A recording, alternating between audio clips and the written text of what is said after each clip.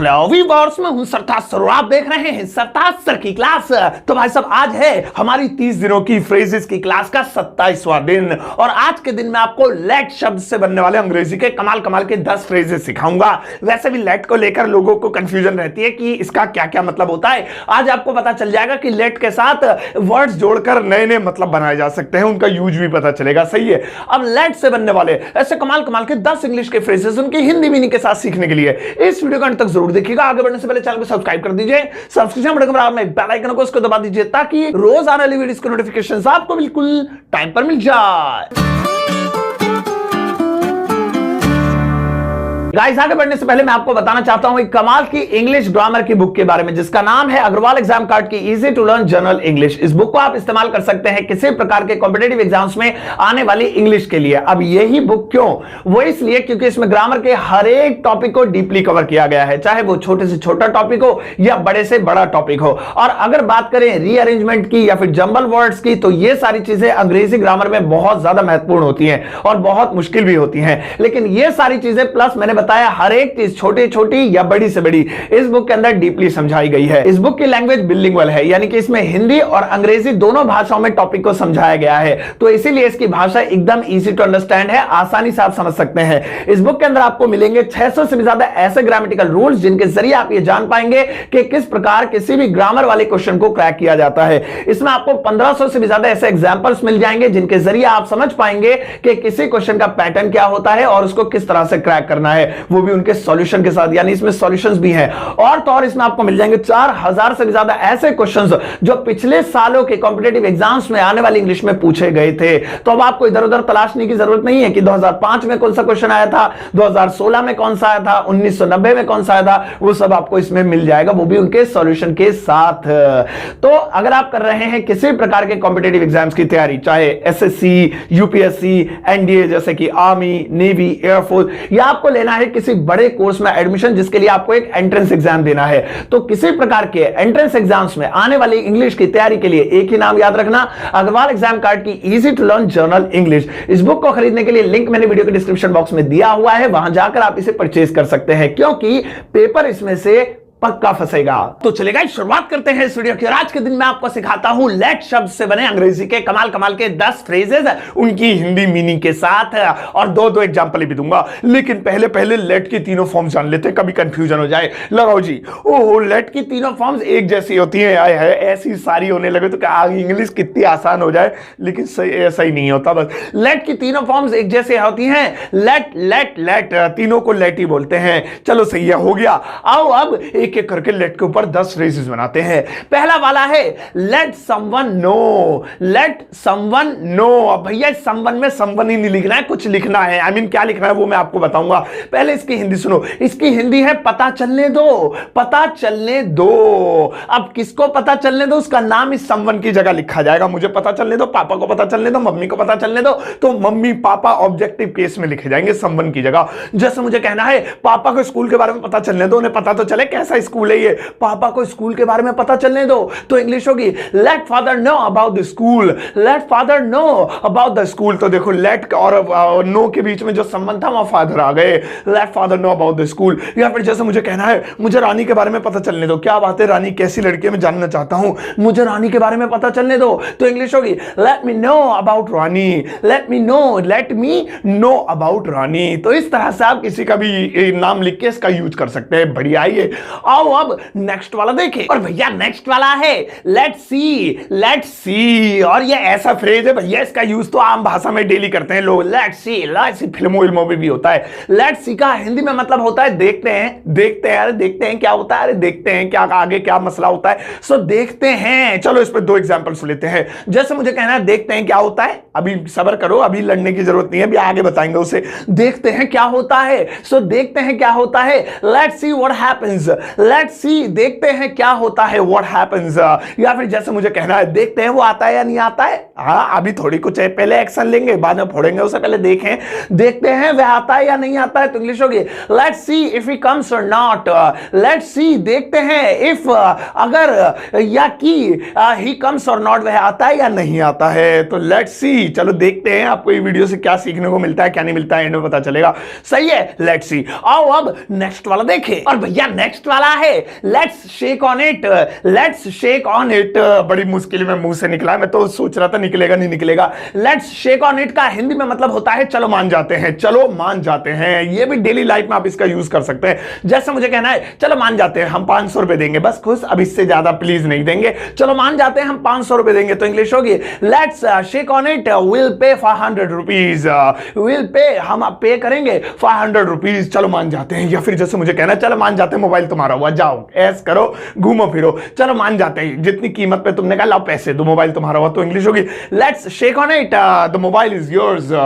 सो इस तरह से आपको जब भी कहना चलो मान जाते हैं, जा चल मान गए, दफा हो सकल लेके, लेट्स शेक ऑन इट। सही है, इसे बोल के देखना, 2-3 बार आपसे बोला है, मुझसे तो बोला यार, मेरी इंग्लिश वीक जरूर है लेकिन सीख रहा हूं मैं अपनी वीडियो से। आओ अब नेक्स्ट वाला देखें, और भैया नेक्स्ट वाला है let it be, let it be. Let it be का हिंदी में मतलब होता है जो हो रहा है होने दो, जो हो रहा है होने दो। हम कहते हैं ना जो हो रहा है होने दो, हम पे कोई असर ना पड़ रहा, हम ना इसमें, जो हो रहा है होने दो। अब जैसे 2 एग्जांपल, जो हो रहा है होने दो मैं नहीं बोलूंगा, समझ गए, मैं अब बहुत थक चुका हूं बोल बोल के, जो हो रहा है होने दो मैं नहीं बोलूंगा। Let it be, I will not speak, let it be, जो हो रहा है होने दो, आई विल नॉट स्पीक, मैं नहीं बोलूंगा। या फिर जैसे मुझे कहना है जो हो रहा है होने दो, पापा हैंडल करेंगे अपने आप, हमारे बस की नहीं है, हमसे ना होगा ये कारोबार, जो हो रहा है होने दो, पापा संभालेंगे। तो इंग्लिश होगी let it be, father will handle, let it be, father will handle it. हाँ, इट नीचे लिखा था मैंने पढ़ा नहीं, इट, इसे पापा संभालेंगे। सो जो हो रहा है होने दो, तुम तो ऐस करो, लेट इट बी भाड़ में जान दो।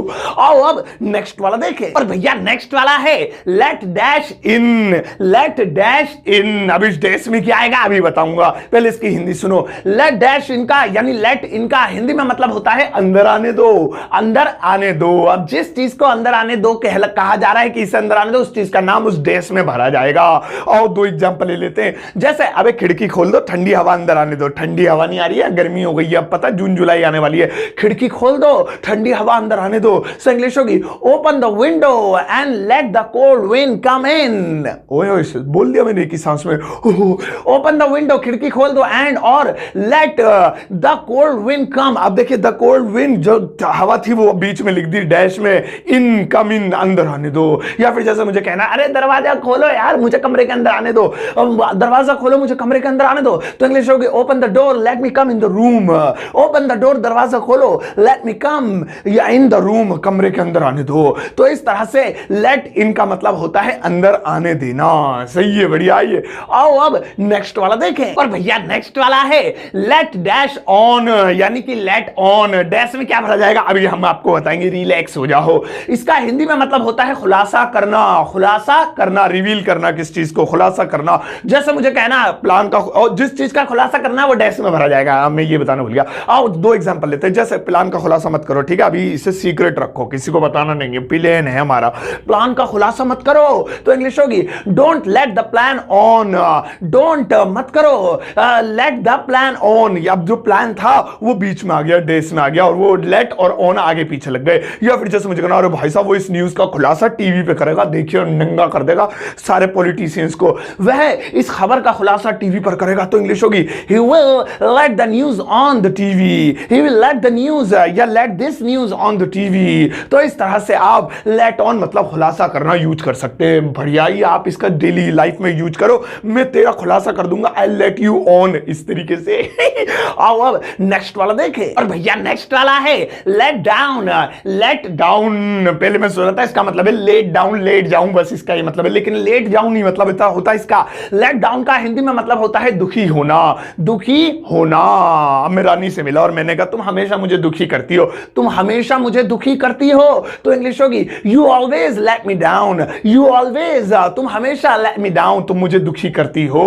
पहले अपसेट अपसेट यूज करते तब मजा आएगा, इसे करूंगा मैं तो फेसबुक व्हाट्सएप पे भी, या फिर जैसे मुझे कहना दुखी मत हो यार, क्यों दुखी हो रहे हो, दुखी मत हो, तो पहले मैं कहता था डोंट बी अपसेट, लेकिन अब मैं एडवांस इंग्लिश सीख रहा हूं तो अब मैं बोलूंगा दुखी मत हो, don't let down, don't let down, या ऐसे भी कह सकते हैं डोंट लेट डाउन योरसेल्फ, अपने आप को दुखी मत होने दो। सो इस तरह से भैया बेहतरीन चीज है ये। आप भी किसी को बोलना don't let down, please let down, वो कहेगा कि क्या बोल रहा है लेट डाउन, क्योंकि अपसेट की आदत पड़ी हुई है ना।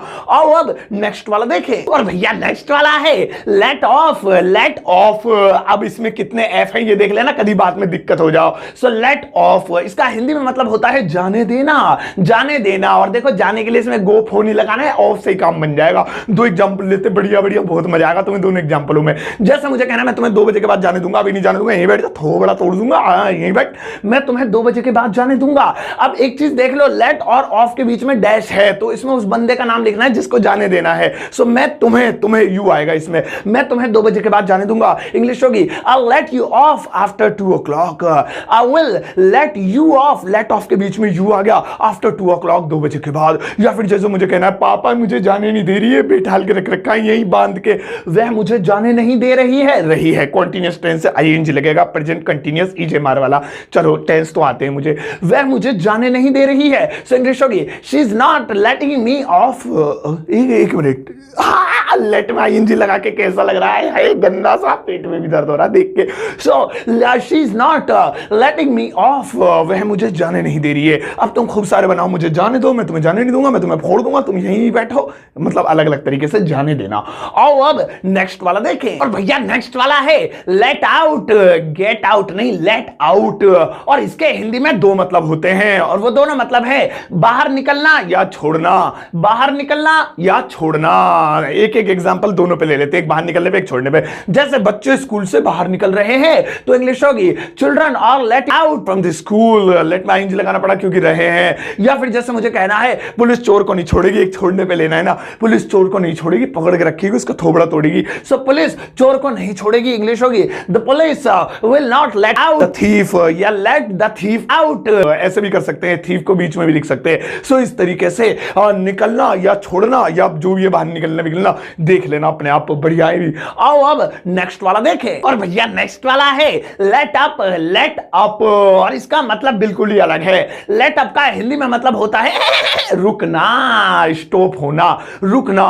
जैसे मुझे कहना है उसकी पढ़ाई रुक चुकी है, उसकी पढ़ाई रुक चुकी है, अभी पढ़ी नहीं रहा, पढ़ाई नहीं कर रहा, चुका ही चुकी है, हेज है, थर्ड नीचे देखने क्या रहता है, तीनों एक जैसी हैं, लेट ही लिख देंगे। उसकी पढ़ाई रुक चुकी है तो इंग्लिश होगी his studies have let up, his studies, उसकी जो पढ़ाइयां हैं एक से ज्यादा इसलिए हैव लगाना पड़ा, लेट अप रुक गई हैं। या फिर जैसे मुझे कहना मैं यहां नहीं रुकूंगा, समझ गए, हाँ मुझे डर लगता है पे, मैं यहां नहीं रुकूंगा, I'll not let up here, I'll not let up here। तो इस तरह से आप इसको भी रुकना की जगह यूज कर सकते हैं, लेकिन रुक जाओ, भगने की जरूरत नहीं, रुक जाओ, let up let up let up, रुक जाओ। इनके लिए लगाओ होमवर्क। ये रहे 3 सेंटेंसेस, इन तीनों सेंटेंसेस को आपको इंग्लिश में ट्रांसलेट करना है लेट वाले फ्रेजेस का यूज करते हुए, जो मैंने आज आपको सिखाए हैं। इस वीडियो के कमेंट बॉक्स में जाकर टाइप करना, पोस्ट करना, मैं अपना हार्ट दूंगा आपके होमवर्क को। आते जाते सभी एक दूसरे के होमवर्क को लाइक भी दिया करो या उनकी गलतियों को सुधार दिया करो, कमेंट में ही बता दिया करो। अगर आप जानना चाहते हैं इसका आंसर तो आपको कल वाली वीडियो में मिलेगा। फिलहाल बीते हुए कल में जो मैंने आपको क्वेश्चंस दिए थे उसके आंसर शीट देखते हैं। ये रही उसके आंसर शीट, मैच कर लेना, क्या जरूरत है, अरे सब सारे सही थे, हटाओ इसे। तो आज मैंने आपको लेट से जुड़े कमाल कमाल के फ्रेजेस सिखाए, आई एम श्योर आपको मजा आया होगा, एकदम बेहतरीन वाला। अब जाओ इस वीडियो को मोहल्ले भर में शेयर करना, जाते जाते इंस्टाग्राम पे फॉलो करने के बाद एक प्यारा सा लाइक देकर जाना।